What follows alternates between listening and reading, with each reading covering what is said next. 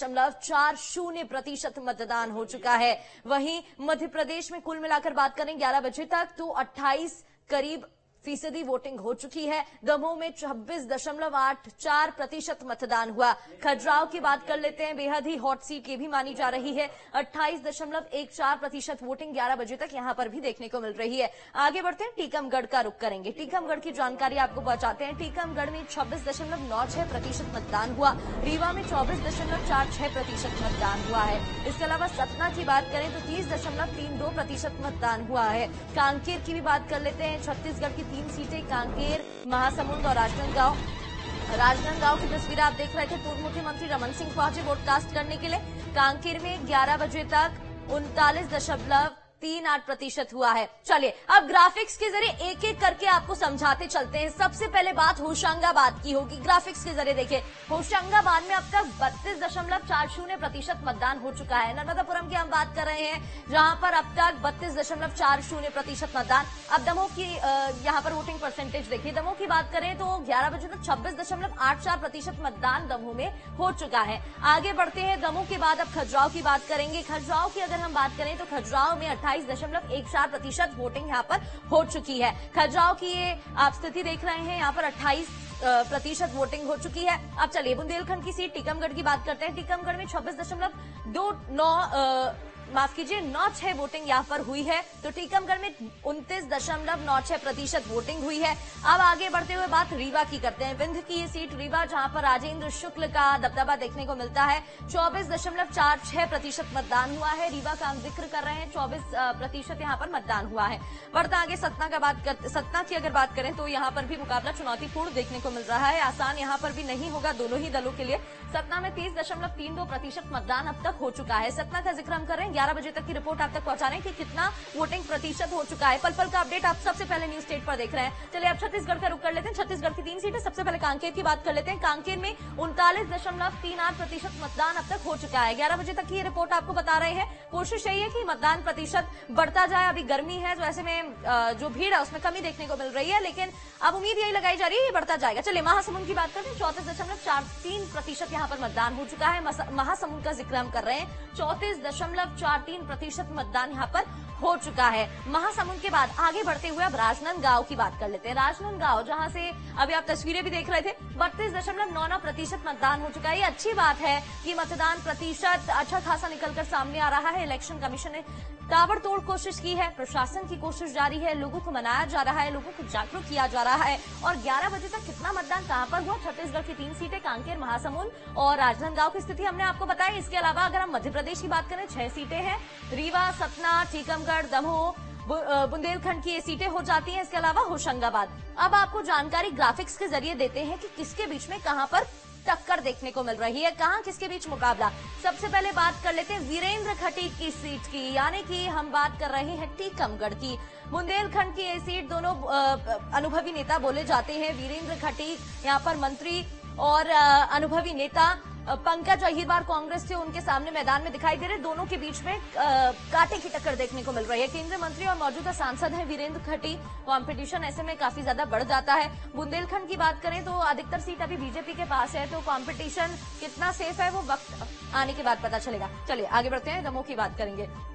दमोह की बात करें तो ये बीजेपी का मजबूत गढ़ माना जाता है। यहाँ से राहुल लोधी और तरबर लोधी मैदान में, लोधी वर्सेस लोधी। राहुल लोधी बीजेपी से, तरबर लोधी कांग्रेस से मैदान में दिखाई दे रहे हैं। लोकसभा क्षेत्र के तहत 8 विधानसभा सीटें आती हैं। 8 में से 7 पर बीजेपी का कब्जा है। तो दमोह की हम बात कर रहे हैं, एक कांग्रेस के पास है, बाकी की 7 यहाँ पर बीजेपी के पास ही है। चलिए आगे बढ़ते हैं, विंध्य की सतना सीट की बात कर लेते हैं। सतना की बात करें तो गणेश सिंह और सिद्धार्थ कुशवाहा, यहाँ पर भी टक्कर आसान नहीं होगी। विधानसभा चुनाव अगर आपको याद है तो गणेश सिंह हार गए थे और सिद्धार्थ कुशवाहा जीत गए थे। एक बार फिर से दोनों मैदान में है, किसकी मेहनत इस बार रंग लाने वाली है तो 4 जून को स्पष्ट हो जाएगा। लेकिन बीजेपी से गणेश सिंह और कांग्रेस से सिद्धार्थ कुशवाहा मैदान में दिखाई दे रहे हैं। तो यहाँ पर 1991 में आखिरी बार कांग्रेस जीती थी, उसके बाद से ही बीजेपी का दबदबा देखने को मिल रहा है। बढ़ते आगे और चलिए आगे बढ़ते हुए अब आपको होशंगाबाद के सियासी समीकरण बताते हैं। नए चेहरे यहाँ पर दिखाई दे रहे हैं। बीजेपी की बात करें तो दर्शन सिंह बीजेपी से मैदान में, दर्शन सिंह चौधरी नया चेहरा। हालांकि बीजेपी 2019 में जीत दर्ज करती यहाँ पर नजर आई थी। अब यहाँ पर बात करें हम आगे बढ़ते हुए रीवा की, तो रीवा में मिश्रा वर्सेस मिश्रा देखने को मिल रहा है। लेकिन उससे पहले देखिए, चलिए ये दुर्ग की सीट हम आपको दिखा रहे हैं।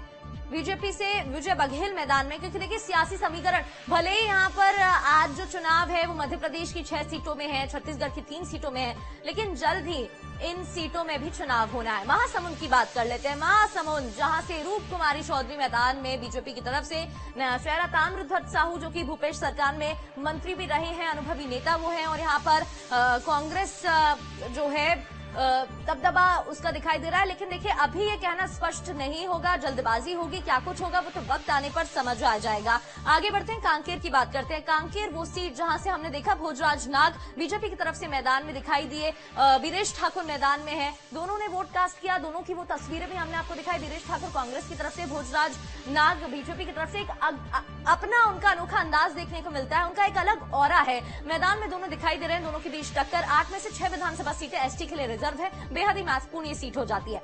बढ़ते हैं आगे। ग्राफिक्स के जरिए प्रत्याशियों का सियासी सफर भी तो जानना जरूरी है। आपने ये जान लिया कि सियासी समीकरण क्या है, किसके बीच में टक्कर है, अब सफर जान लीजिए। टीकमगढ़ की बात करते हैं। एबीवीपी से राजनीतिक जीवन की शुरुआत हुई, स्कूल जीवन से आरएसएस से जुड़ गए, एबीवीपी से राजनीतिक जीवन शुरुआत हुई। बात वीरेंद्र खटीक की कर रहे हैं, अनुभवी नेता है। 1996 में पहली बार सागर से बीजेपी को टिकट मिला, इनके जरिए 1996 से लेकर 2009 तक सागर से सांसद रहे, तो आप समझ सकते हैं अच्छा खासा अनुभव। 2009 में टीकमगढ़ से बीजेपी के प्रत्याशी बनाए गए, फिर 2009, 2014, 2019 में यहां पर सांसद पहुंचे जीतकर। पिछले 28 साल से वीरेंद्र खटीक सांसद है, तो आप समझ लेते हैं मजबूत यहां पर पकड़ बीजेपी की है। लेकिन क्या कुछ होगा वो तो वक्त ही बताएगा। वर्तमान में केंद्र में सामाजिक न्याय और आधिकारिक मंत्री हैं, पहली मोदी कैबिनेट में भी केंद्रीय मंत्री रह चुके हैं वीरेंद्र खटीक। 17वीं लोकसभा के प्रोटेम स्पीकर भी हैं।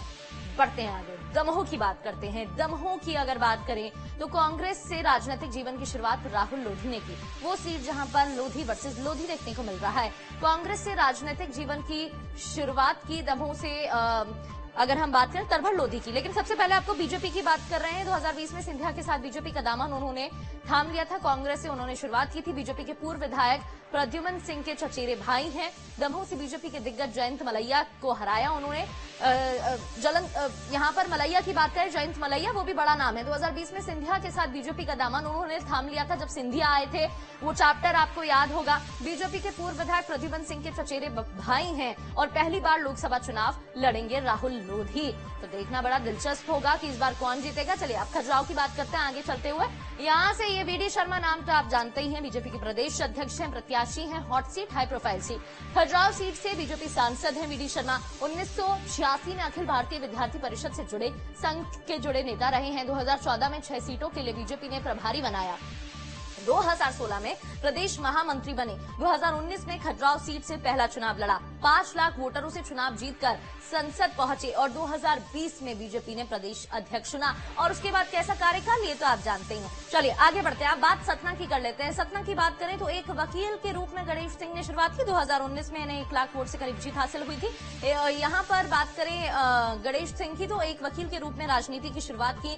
हिंदू कानून कॉलेज के अध्यक्ष बने, सतना जिला परिषद सदस्य के रूप में कार्य किया। 1999 में सतना जिला पंचायत के अध्यक्ष बने। 2004 में लोकसभा चुनाव में जीत हासिल की। 2009, 2014, 2019 में भी सतना से सांसद रहे हैं। और आगे बढ़ते हुए अब बात महासमुंद की, क्योंकि देखिए 3 सीटें हैं। हमने कांकेर कवर कर ली, हमने आपको बताया कि किस तरीके से राजनांदगांव में समीकरण है, लेकिन अब महासमुंद की बात कर लेते हैं। ताम्रध्वज साहू यहाँ पर मैदान में है। कांग्रेस सेवा दल से राजनीतिक जीवन की शुरुआत हुई, मध्य प्रदेश कांग्रेस कमेटी के महामंत्री रहे। हम आपको बता रहे हैं, आपको वोट करना है तो आप किस रूप में वोट कर सकते हैं। 1998 में पहली बार एमपी विधानसभा पहुंचे। छत्तीसगढ़ बनने के बाद यानी कि 2000 के बाद 2003 में चुनाव जीते। 2008 और 2018 में भी विधायक निर्वाचित हुए। 2014 की बात करें तो पहली बार निर्वाचित हुए, फिर 2018 में विधानसभा चुनाव जीतकर मंत्री बने और भूपेश बघेल सरकार में गृह मंत्री का पद उन्होंने संभाला। अच्छा खासा अनुभव उनका रहा। अब राजनांदगांव की बात कर लेते हैं। यहाँ से जो चेहरा है, देखिए हॉट सीट है। सबसे पहले हम बात करेंगे कांग्रेस की। भूपेश बघेल पूर्व मुख्यमंत्री इनका परिचय आपको बता देते हैं। युवा कांग्रेस से राजनीति की शुरुआत की, अखिल भारतीय कांग्रेस समिति के सदस्य बने। 1993 से पाटन से विधानसभा के लिए चुने गए। 1993 से 2001 तक एमपी हाउसिंग बोर्ड के निदेशक रहे। दिग्विजय सरकार में एमपी के कैबिनेट मंत्री रहे।